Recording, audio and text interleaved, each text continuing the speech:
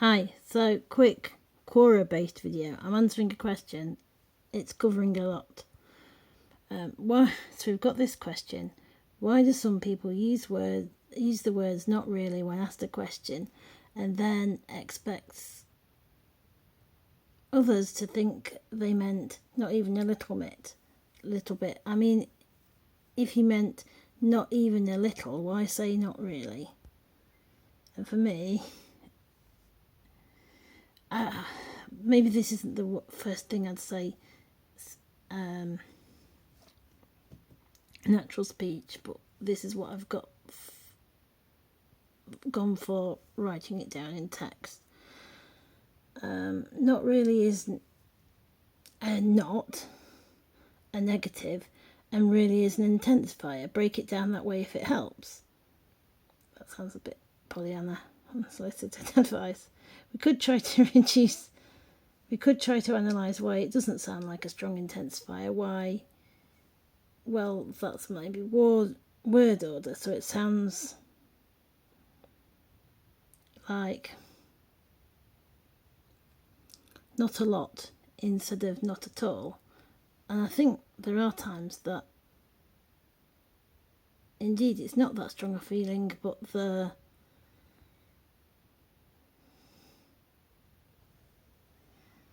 is a certain non-committal evasiveness that's meant to convey a lack of enthusiasm without hurting someone's feelings or causing offence with a strong, blunt reaction.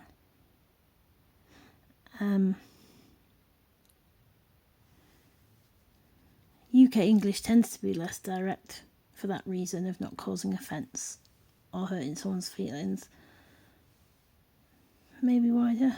But I think that begs the more relevant question for me, which is why do people flip their attitude with such fickle ferocity, getting upset if we get it wrong for them in the moment? Why does it feel like it's easy to get it wrong if the point of not being direct in the moment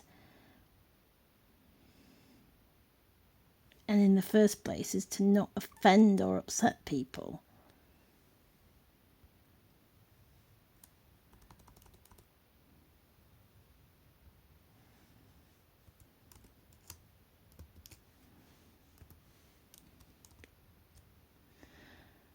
Yeah.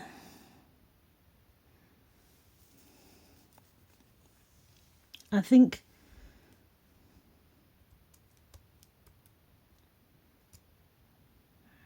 they've maybe got overwhelmed in the moment. They're experiencing a certain amount of tension, expecting a certain amount of reciprocal sensitivity and understanding. Don't feel like they've got it.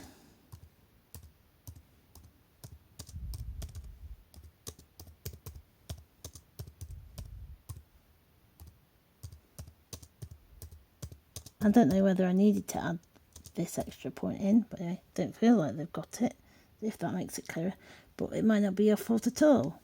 Sometimes there are just conflicting needs, or double empathy problems, conflicting communication styles or intents. I can feel this as an autistic, but I think everyone does to a certain extent. There are thin sliced judgments and multiple factors affecting things: the state of mind of people around us, how they react to us in general, how in tune with them we are able to be in the moment. Little things like being able to predict what someone is going to do or say, or getting it wrong. These can really throw people out, whoever they are.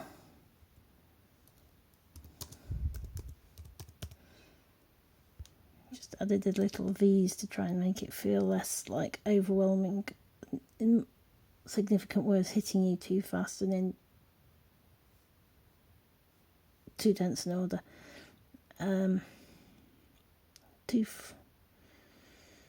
Not enough time to process and get back to words like these.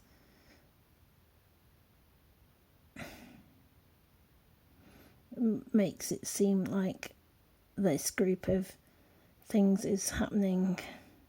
This group of words, the little things like being able to predict what somebody is going to do or say, or finding you've got it wrong, those can really throw people out, and that is whoever they are.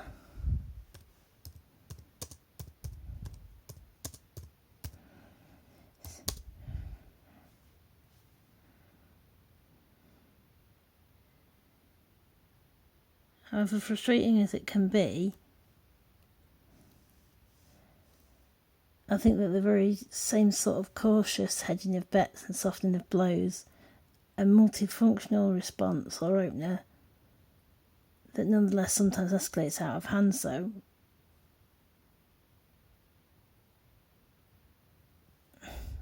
badly,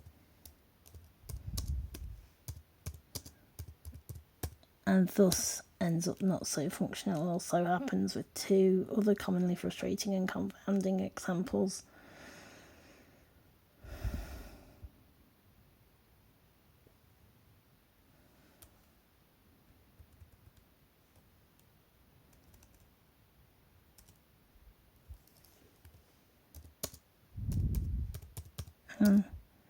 These gambits. This is me trying to teach myself pragmatic speech aspects during writing. Too many S's. These gambits that are multifunctional. These gambits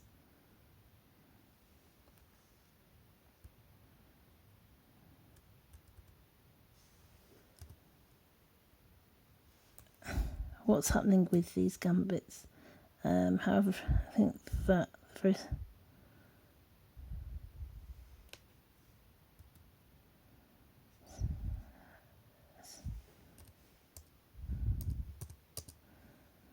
these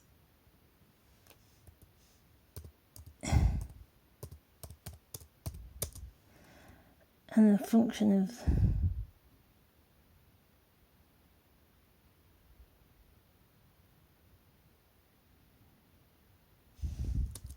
well, I want to talk about the functional aspects of it, but anyway, however frustrating as it be, I think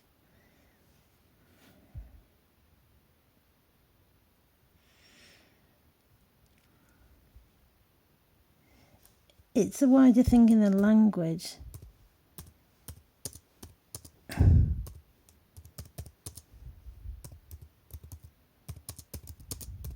A wider thing in the language.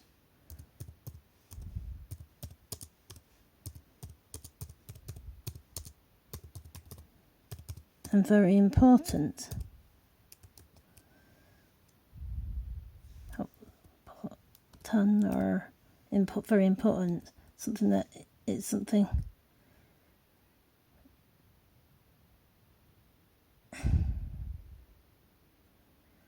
We can see that very same. And in evidence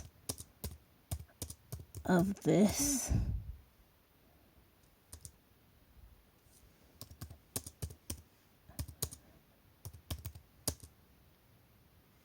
we hear it, don't we, or read it. Hear it in conversational speech, the very same sort of cautious hedging of bets and softening of blows, and these indirect gambits that are multiple. These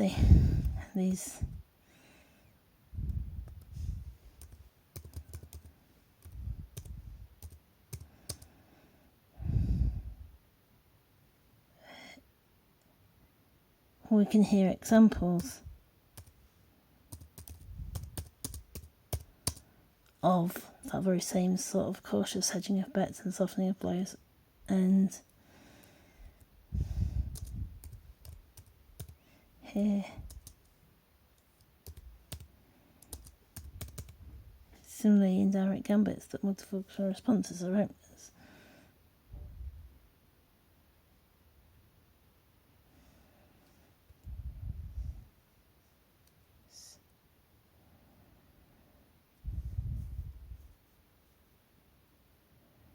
Function.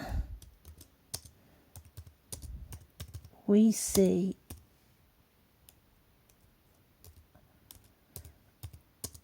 or experience.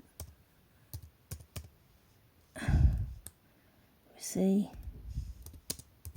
I mean, the senses don't matter that much. That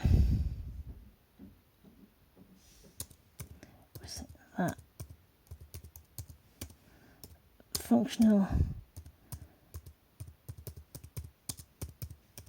Maybe I'm adding clauses all over the place, and it ends up becoming too wordy, but people don't understand me.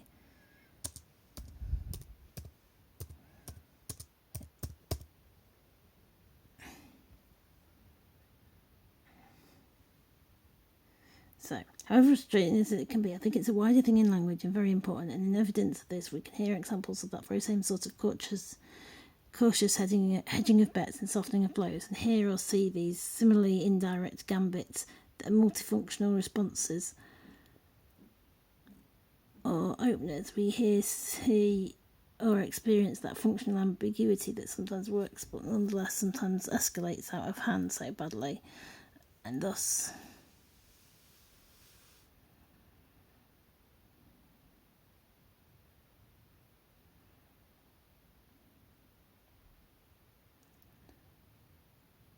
ends up not so functional.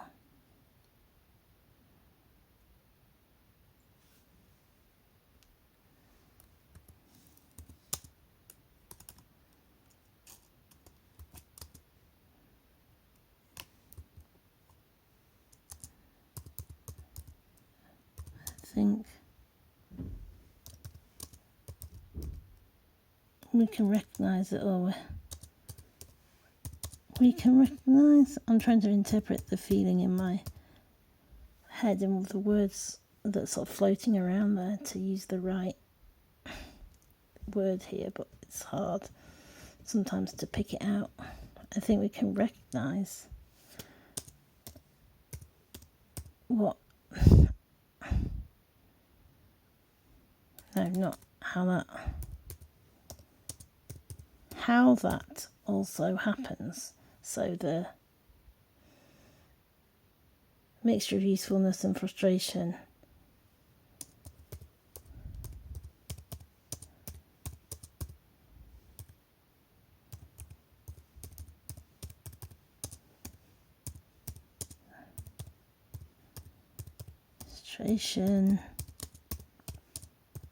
or upset.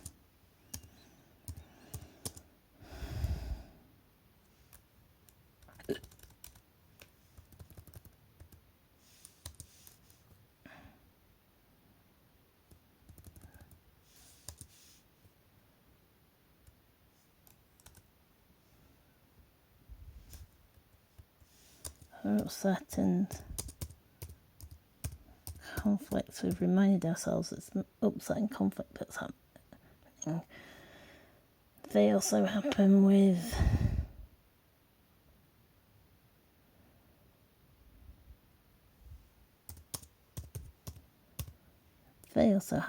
two other commonly frustrating and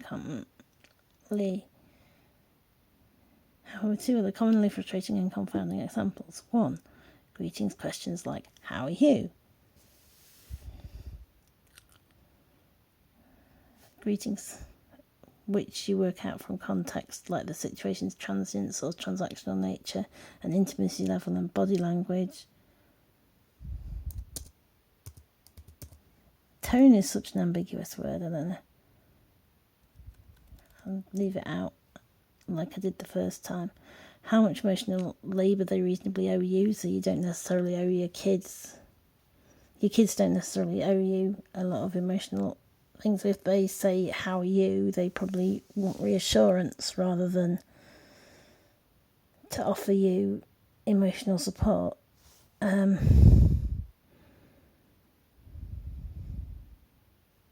Because that's one function of how are you, it's a check-in. And it's perfunctory. So maybe we need to say that.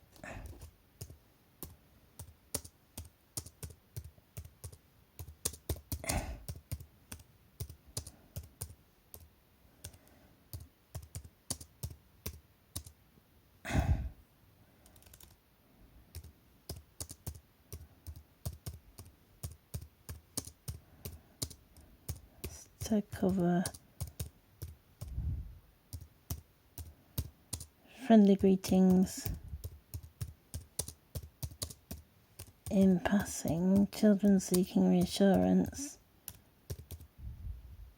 Reassurance seeking, generally it's not just children.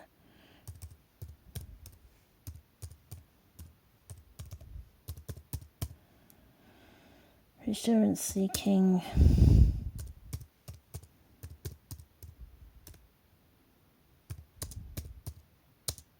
checking in,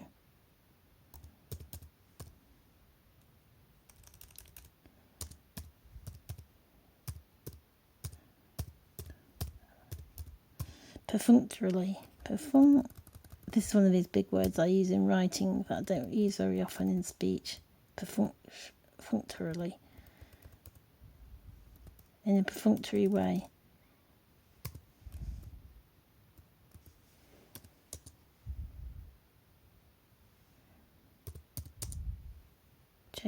Checking in should be hyphenated.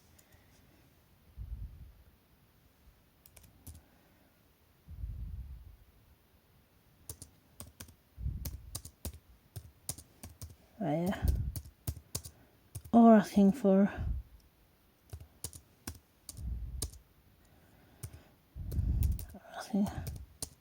an update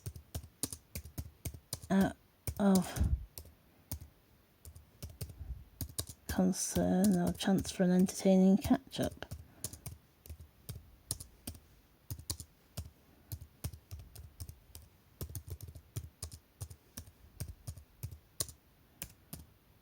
Catch-up, hyphenated. Misspelt. Because I'm not sure what I was looking at. I was typing, looking at my phone. And that's the 70 minutes. So, we've got greeting, how are you? It's got a range of different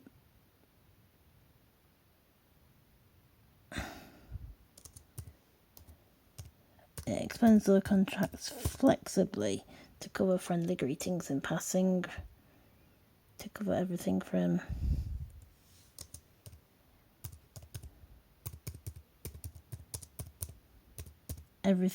so we're trying to convey a range, cover everything from friendly greetings in passing, reassurance seeking, checking in perfunctory way,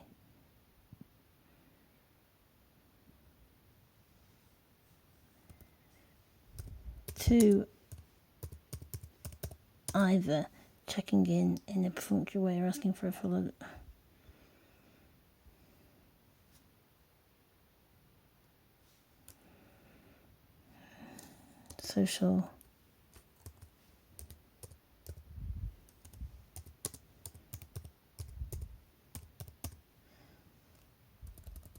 social service in a way. That sounds like formal social services organisations, but that's not what I mean. I mean it like I was a linguist or sociologist or something. Social service, faith communion.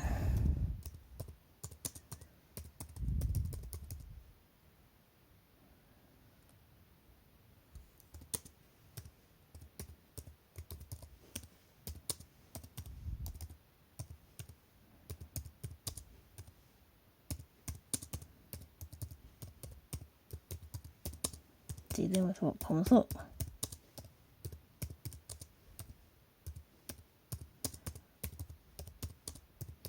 Spending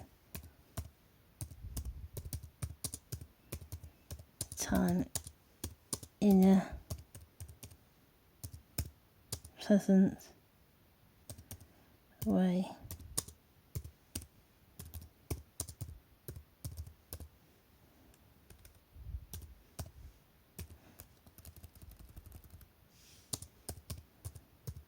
Happy, secure bubble.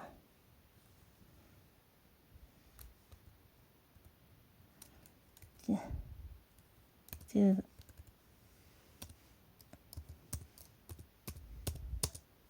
Spending time You've got various intensity for dealing with what comes up. But I think people hopefully know what I mean. And two, how sorry functionally means. This is the example of how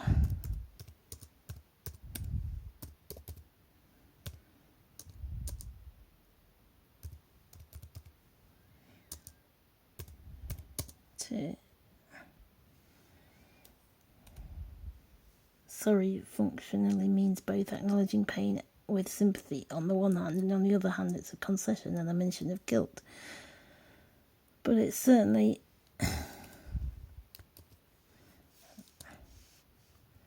it certainly is not necessarily both at the same time. Contrary to popular myth, it is not always an admission of guilt. Absolutely not. That's my take, but I'm sticking with it. No, it takes more words to confirm that admission, to confirm that either way, admission or sympathy.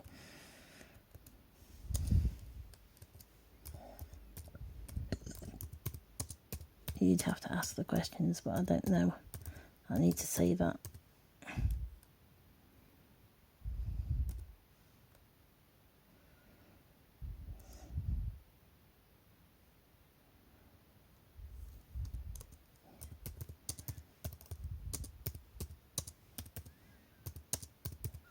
Ask the questions or hear the answers.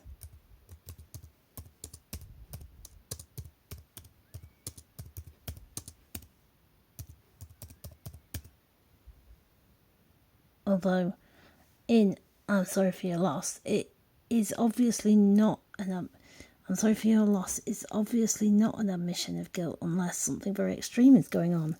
Murder most horrid.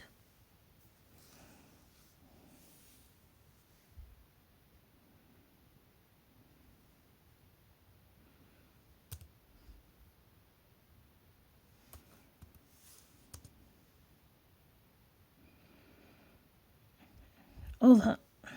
Okay, so. Okay. All of that was a long-winded illustration. This is very speechy. Okay, that's probably why I was criticised for colloquial sounding phrases when I wrote essays at school. But it's hard enough doing all these orienting phrases just in speech, never mind trying to do it as the separate language of written language, and I'm blending them both in my head anyway. Sorry. Yeah. Okay. This is closely. Like I say, I got accused of colloquial phrases in some of my essays and writings at primary and secondary, I think. And it does all blend together in my brain. I don't know why entendres has double entendre in plural has a squiggly line, because I looked it up. It is a legitimate plural.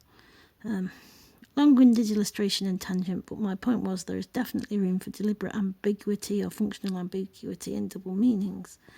It's conflict avoidant, but also functional for dealing with tense anxieties and rejection sensitivities such as driven by successive world wars, times of poverty, the harshness of the class system, and brutal industrial relations, and the functional utility of it, but also playfulness. I think that might need to...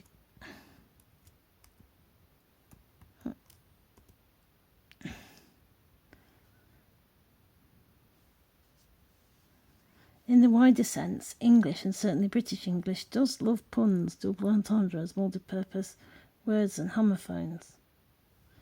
Puns and other jokes can be a useful alternative to small talk, some more edgy or potentially damaging. Looking at you, Yorkshire cricket. Most male-dominated workplaces, and some more comforting, sweet and gentle. Cringe or clever, and these bond people in different ways. dad jokes. We call them dad jokes, I guess, because it's a classic thing and it's a nicer relationship, but still the banter. It's less of a direct way of talking.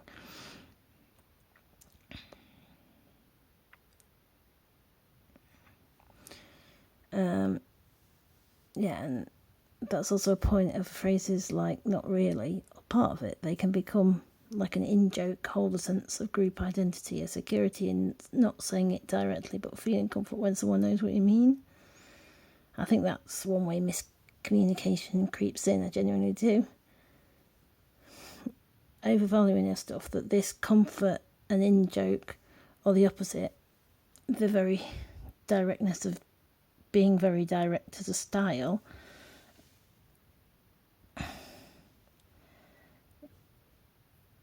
gets set in as an expectation, and an expectation becomes the rules, an overvalued expectation, not the quirk that people are going to adapt to.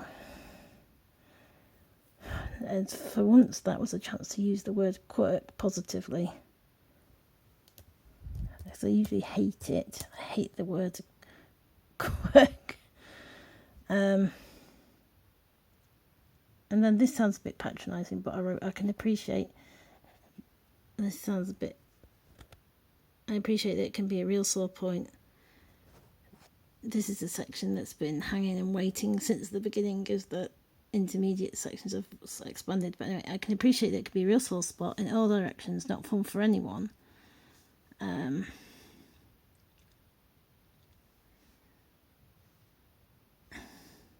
The person who does not really want to do something, or the requester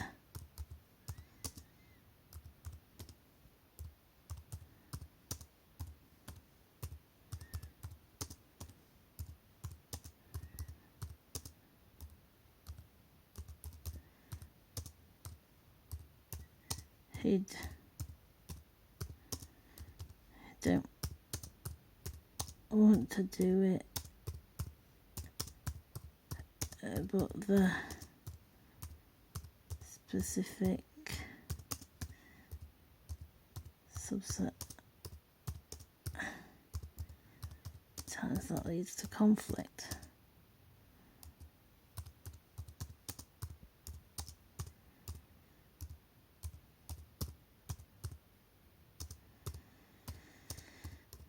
Is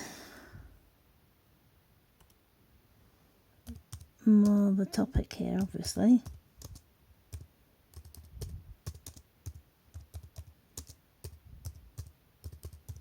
That sounds vacuous, but hey.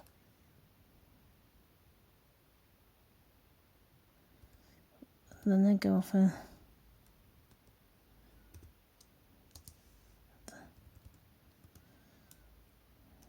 then I went off into a tangent here. But why did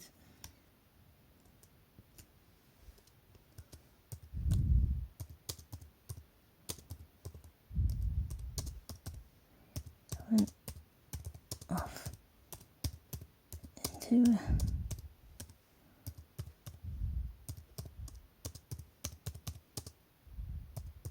I want to put maybe in. Maybe. Maybe it's a tangent. Maybe it's just a related and relevant story that shines a big light on the idea of a sore spot.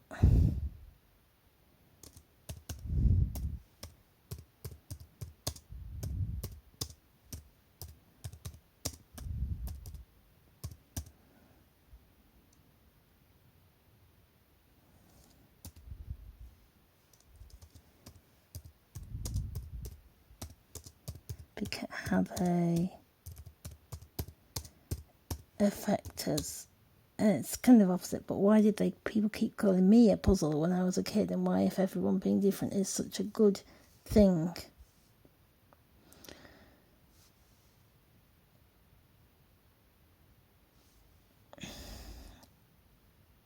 Why did they keep hammering home that I in particular was different, eh? Sore spot that makes no sense to me right there.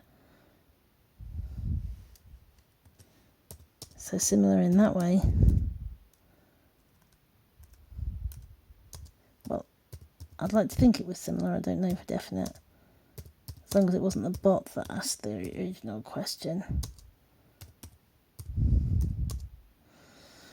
Well, I think if I think about the sore spot, I can begin to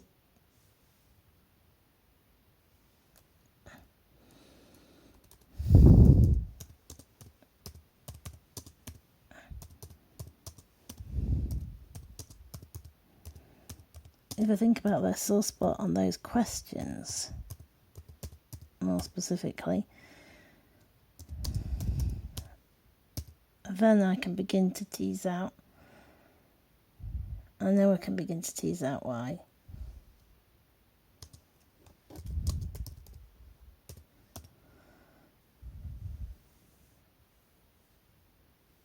But I don't want to, but that doesn't.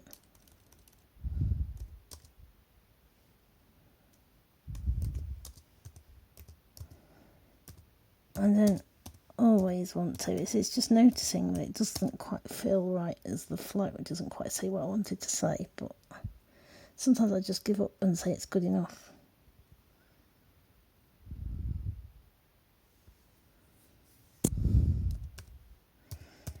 I don't always want to think it through.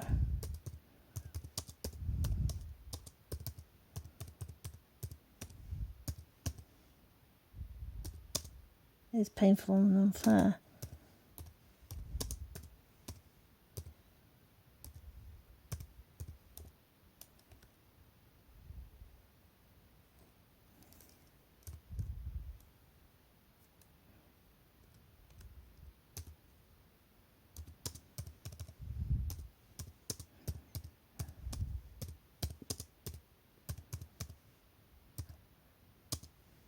It feels unfair and frightening. That's where I went to next.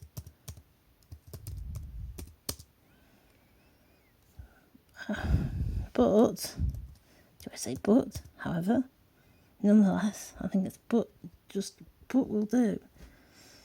But that doesn't have to invalidate my pain in favour of everyone else.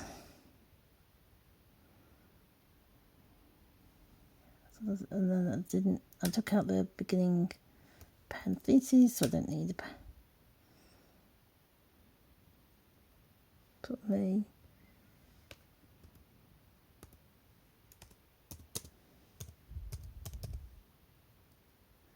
Me and other autistics. Autistic comrades.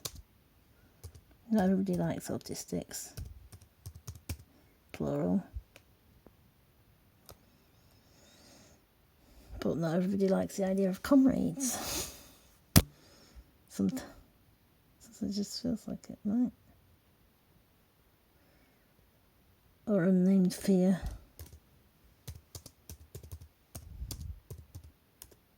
Unnameable fear. I'm being very dramatic here, but I'm trying to get over that it's a sympathetic fear expressed in sympathy with the fear of the strong emotions and annoyance, frustration I hear in not even a little bit. I mean, if you meant not even a little, why say not really? Yeah, why do people say not really? And they're like, why universe, why? This isn't working for me. There's people saying like, why that is a strong emotion, why universe, why? It's not working for me. And I get that, and I'm trying to, and you don't really want to answer it, but you kind of can if you have to put that pain to one side to do it. And I don't know if that does make sense. Or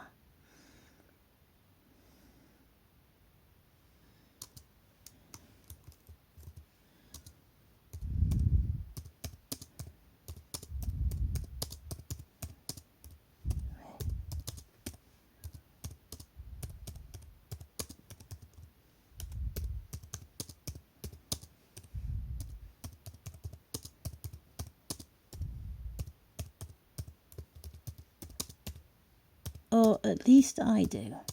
I have to put the pain and fear.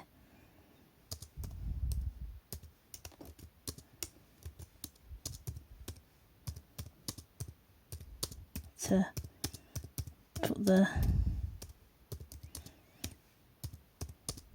pain and fear at,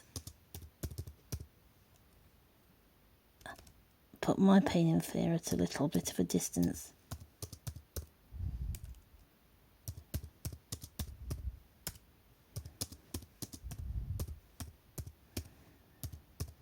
It's for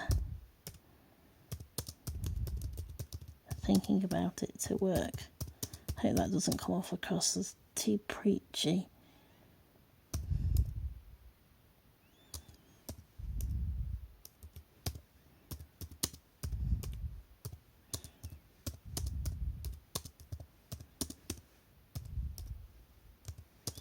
This is getting up towards an hour upload. That doesn't make any sense, and it's really ridiculous time of clock, like 3 o'clock in the morning. What am I doing? To be able to.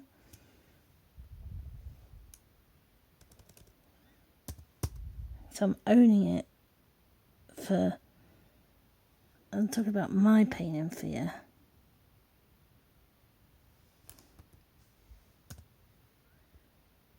Yeah, that needed an E in unnameable. Put my fear and pain at a little bit of a distance in order for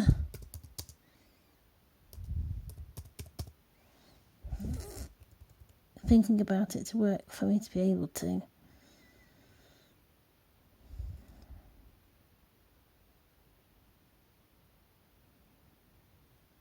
For me to be able to understand my own answers to these questions, but I'm still working with it.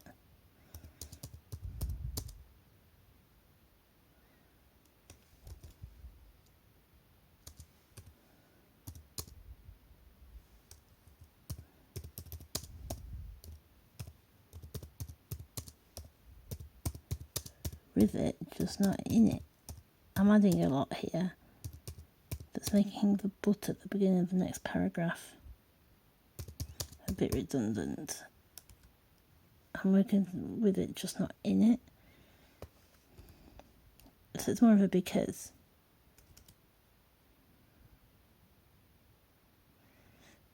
From that, you meant to know. From that, because I mean, it's probably, I'm thinking of by, with, from, which is, use the words that I spoke at time, a line from Them and Us by Tony Harrison, but I think starting sentences with because is more natural to me, even if it's not grammatically. Sentences and paragraphs.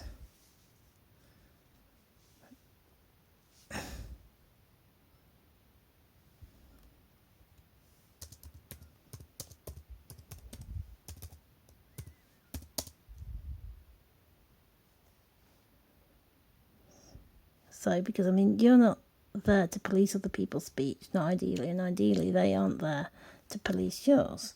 Because, I mean, they aren't there to police your speech, and you're not there to police theirs, unless it's important and justified. And in this case, the general linguistics of why we don't talk about it enough.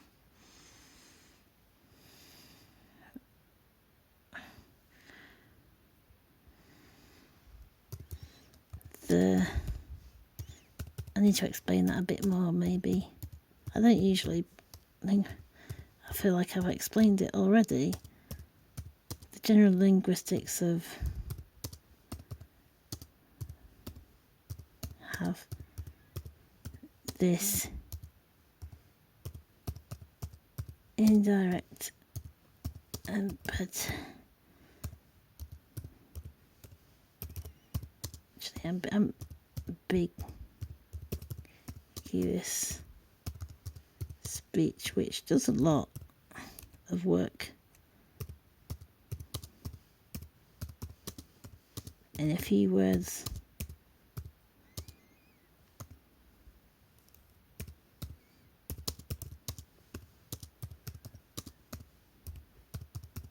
To leave space for a lot of different possibilities.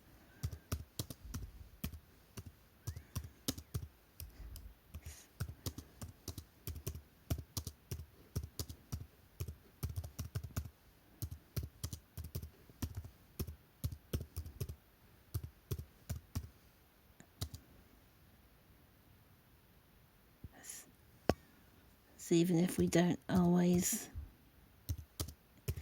even if we do sometimes narrow our expectations,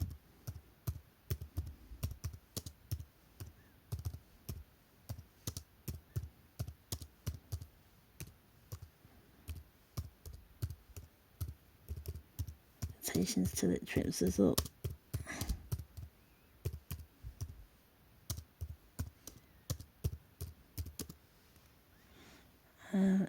Of where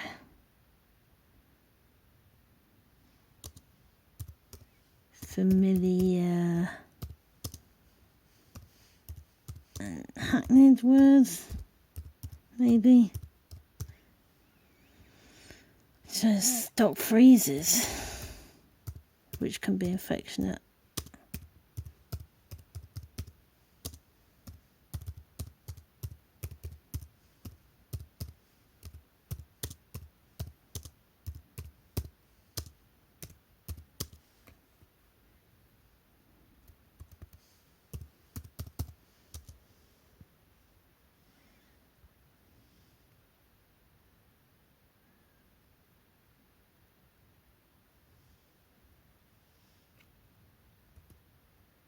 Few familiar words. Don't want to spit a few. Few words leave space.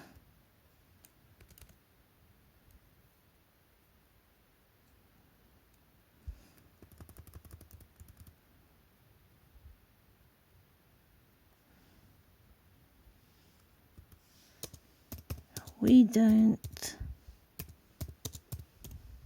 talk enough about what is going on.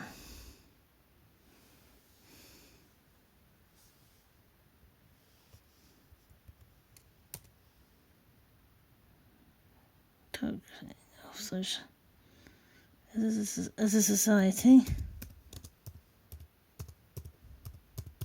Maybe.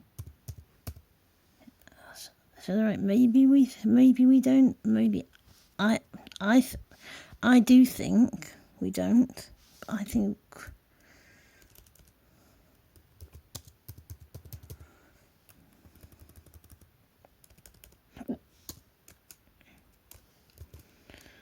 think we don't.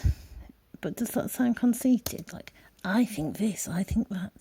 I think we don't talk enough about what is going on. So that in what is going on in the general linguistics, where we have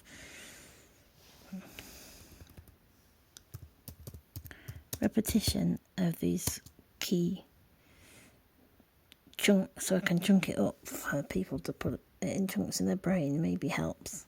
I don't know. Going on in the general linguistics of where we have this indirect and potentially ambiguous speech, which does a lot of work in a few familiar words.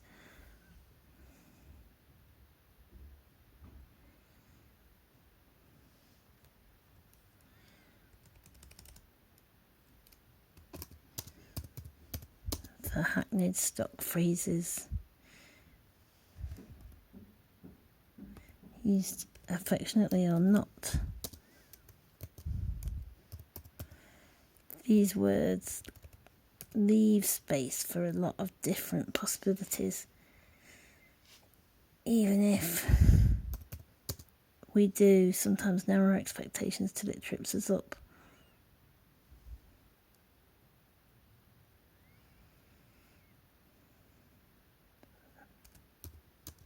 Maybe that is why we don't talk about it enough.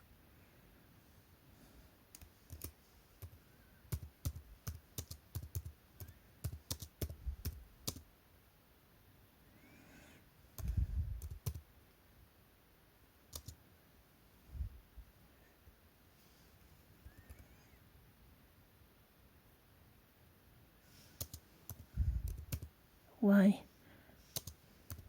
we get too touchy or bound up in us versus them. And it's not just you. Yeah. This was just, I think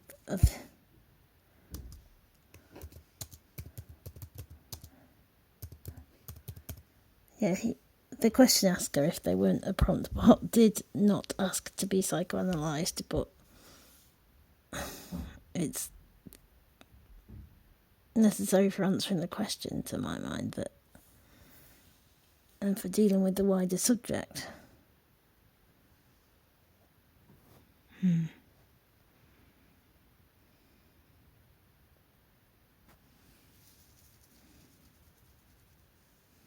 not just you. There is that.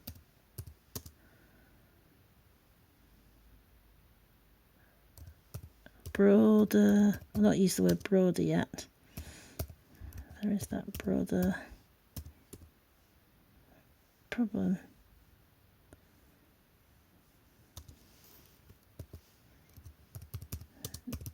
Therein your question. Relating it back to the question, that's good. But I'm also relating it back to the goals. There is that broader problem there in your question, but ideally the goal is trying to sort it out and do so in as low a conflict and low effort a way as possible without totally losing yourself, losing your ground, or doing all the bending and all the work. Without losing yourself, losing ground. That's a better way for it, normal way of phrasing it, isn't it? More familiar. No.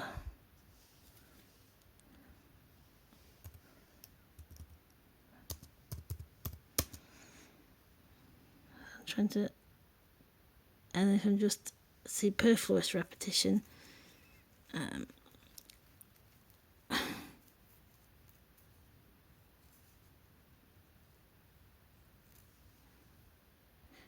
so that's what stock phrase. That's what flexible, ambiguous stock phrases are for.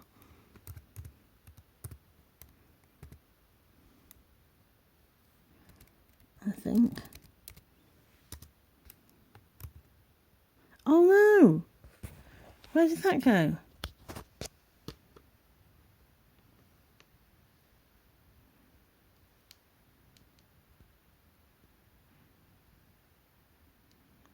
Oh, it's still there, fortunately. Let's see if I can post it. It may not post. I don't think it's that it's too big, or it might be. Anyway. Thank you for sticking with me. Nearly 50 minutes in. Oof. Let's see if I can post it.